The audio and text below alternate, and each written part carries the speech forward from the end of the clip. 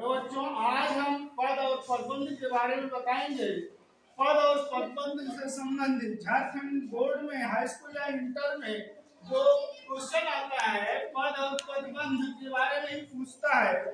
आज पद और पदबंध के बारे में अगर आप जानते हैं तो क्वेश्चन आपका सॉल्व हो जाएगा बहुत ही आसानी से। आप एक ट्रिक के माध्यम से भी हम आपको बताएंगे कि पद क्या है और पदबंध क्या है, फिर पद होता क्या है और पदबंध क्या होता है। इसी कड़ी को हम आगे बढ़ा रहे हैं व्याकरण की कड़ी को। और आइए हम देखते हैं पद और पदबंध। और पद को समझने से पहले हम शब्द के बारे में भी जानेंगे कि शब्द क्या होते हैं और वो पद कैसे बनते हैं। फिर पद के भेद के बारे में जानेंगे और पदबंध के भेद के बारे में जानेंगे।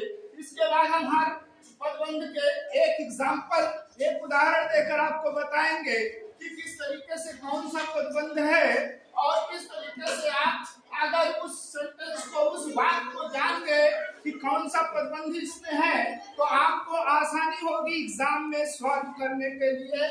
कभी भी इस तरीके के क्वेश्चन आए पद क्या है पदबंध क्या है या निम्न प्रश्नों निम्न में से ये बताइए कि पद कौन सा भाग है और पदबंध कौन सा भाग है, उसको आप आसानी से पकड़ लोगे और आसानी से सॉल्व कर लोगे।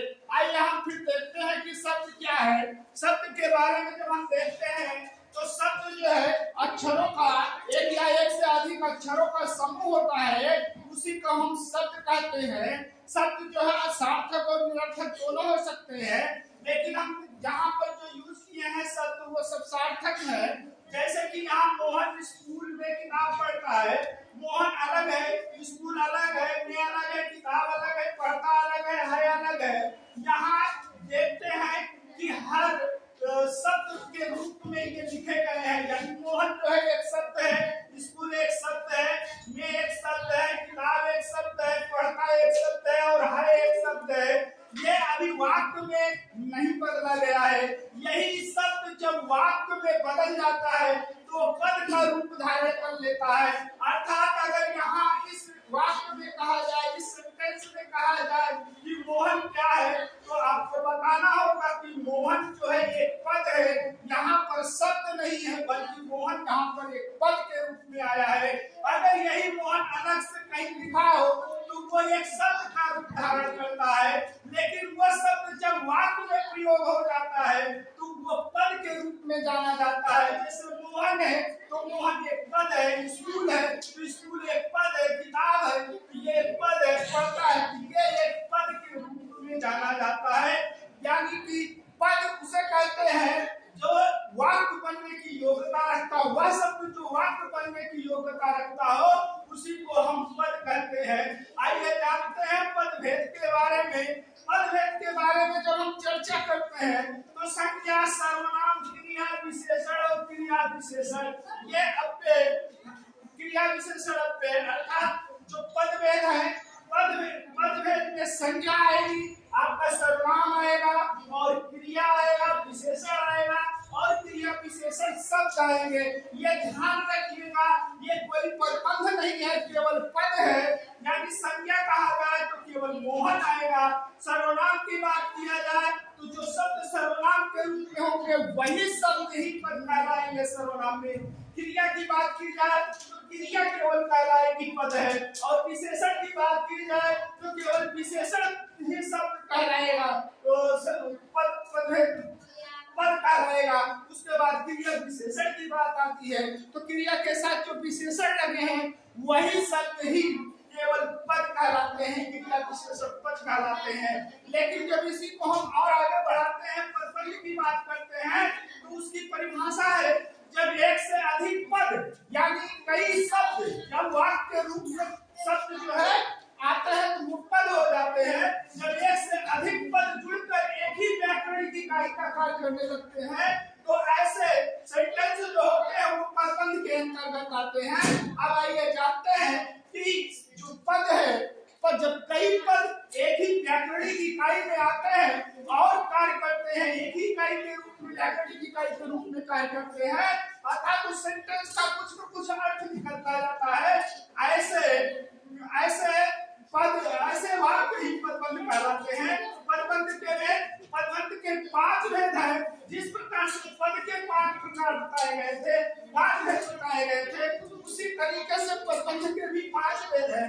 जैसे कि संज्ञा पदबंध, संज्ञा पदबंध से मतलब यह है कि संज्ञा के साथ जो भी पद लगाए गए हैं, यानी संज्ञा के साथ जो भी पद जोड़े गए हैं, वो सारे के सारे संज्ञा पदबंध के अंतर्गत आते हैं। पहला सेंटेंस लिखा हुआ, राम ने लंका के रावण को मारा, अर्थात यहाँ राम जो है कर्ता के रूप में आया, संज्ञा के रूप में आया हुआ है। ये जो है पूरा का पूरा सेंटेंस संज्ञा पदबंध के अर्थ में यूज किया गया है। अर्थात यहाँ जब हम देखते हैं पद मोहन स्कूल में किताब पढ़ता है, तो यहाँ भी एक संज्ञा पदबंध है, क्योंकि मोहन जो है संज्ञा है और उसका कर्म जो है किताब है। इसी तरीके से हम देखेंगे राम ने लंका के रावण को मारा, यहाँ रावण जो आया है वो कर्म के रूप में आया है। अर्थात जब भी हम संज्ञा पदबंध की बात करेंगे उसमें कोई ना कोई कर्म जरूर रहता है। ऐसे सेंटेंस जब आपको दिखाई दे उसको संज्ञा पदबंध कहते हैं। उल्टा गुब्बारा फट गया, यहाँ भी आपका संज्ञा दिखाई दे रहा है गुब्बारा, इसलिए ये भी संज्ञा पदबंध के अंतर्गत आ जाता है। दूसरा पदबंध जो है वो सर्वनाम पदबंध है। ऐसे पदबंध जिसमें सर्वनाम हो, जैसे कक्षा में शोर मचाने वाले तुम आज चुप क्यों हो, यहाँ देखिए तुम आया हुआ है जो कि सर्वनाम है, इसलिए तुम शब्द से सारे पद बंधे हुए हैं, इसलिए इसे सर्वनाम पदबंध कहा गया है। यहाँ देखिए मैदान में वह खेलता है, वह के साथ सारे पद बंधे हुए हैं, इसलिए ये भी सर्वनाम पदबंध है। आगे फिर देखते हैं कि विशेषण पदबंध में जो विशेषण के साथ जुड़ा हुआ है, जो विशेषण के साथ जुड़ा हुआ है वो विशेषण पदबंध कहलाता है। जैसे मुझे तो किसी हुई लाल मिर्च चाहिए, मिर्च के साथ देखिए लाल जो है विशेषण है, यानी लाल के साथ ये सारे इधर के पद जुड़े हुए हैं, उधर के पद दोनों पद जुड़े हुए हैं, इसलिए ये जो है विशेषण पदबंध कहलाता है। यानी मिर्च का इधर वाला भाग सारा का सारा विशेषण है, ये विशेषण पदबंध के अंतर्गत आएगा। तीसरा है क्रिया पदबंध, जो पद क्रिया के साथ जुड़े हुए हैं, जो पद क्रिया के साथ जुड़े हुए हैं उसको हम क्रिया पदबंध कहते हैं। जैसे वह पढ़कर खाकर धीरे धीरे सो गया, यहाँ सोने के साथ सारे विशेषण जुड़ गए हैं, इसलिए ये क्रिया पदबंध है। क्रिया के साथ जितने पद जुड़े हुए हैं सब क्रिया पदबंध के अंतर्गत आएंगे। इस पांचवा है क्रिया विशेषण पदबंध। क्रिया विशेषण पदबंध वह है जो क्रिया विशेषण के साथ जुड़े हुए पदबंध है। जैसे माँ कल सुबह तक आएगी, आएगी के बाद देखिए सारे के सारे क्रिया के विशेषण के रूप में बने हुए हैं। इस क्रिया के साथ जितने विशेषण लगे हैं वो एक पद के रूप में बांधे गए हैं, इसलिए हम इसे क्रिया विशेषण पदबंध कहते हैं। ऐसे में आप नित्य देखा कि जो भी है संज्ञा पदबंध हो या सर्वनाम पदबंध हो या विशेषण पदबंध हो, क्रिया पदबंध हो या क्रिया विशेषण पदबंध हो, वो किसी का किसी पद के साथ जुड़े हुए हैं। जैसे कब संज्ञा पदबंध तो संज्ञा के साथ सारा पद एक साथ जुड़ा हुआ है, इसलिए हम उसे संज्ञा पदबंध कहेंगे। जो सर्वनाम के साथ सारे पद जुड़े हुए हैं वाक्य में उनको सर्वनाम पद। विशेषण पदबंध जो विशेषण के साथ सारे पद जुड़े हुए हैं उसको विशेषण पदबंध कहेंगे। क्रिया पद जो क्रिया के साथ पद जुड़े हुए हैं उसको क्रिया पदबंध। क्रिया विशेषण पदबंध जो क्रिया विशेषण के साथ सारे पद जुड़े हुए हैं उसे हम क्रिया विशेषण पदबंध कहते हैं।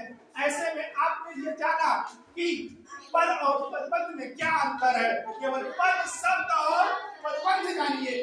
पद उसको कहते हैं जो वाक्य, वो ऐसा शब्द जो वाक्य बनने की योग्यता रखता हो, ऐसा शब्द जो वाक्य बनने की योग्यता रखता हो उसे हम पद कहते हैं। शब्द जो होते हैं वाक्य में इस्तेमाल अगर हो गए वही पद कहलाते हैं। अगर वो शब्द अलग अलग रखे गए हैं तो निरीह शब्द कहलाते हैं, लेकिन वही शब्द जब पद में वाक्य में प्रयोग हो जाते हैं तो वो पद के रूप में इस्तेमाल होते हैं, तब उनका कोई ना कोई नाम पड़ जाता है।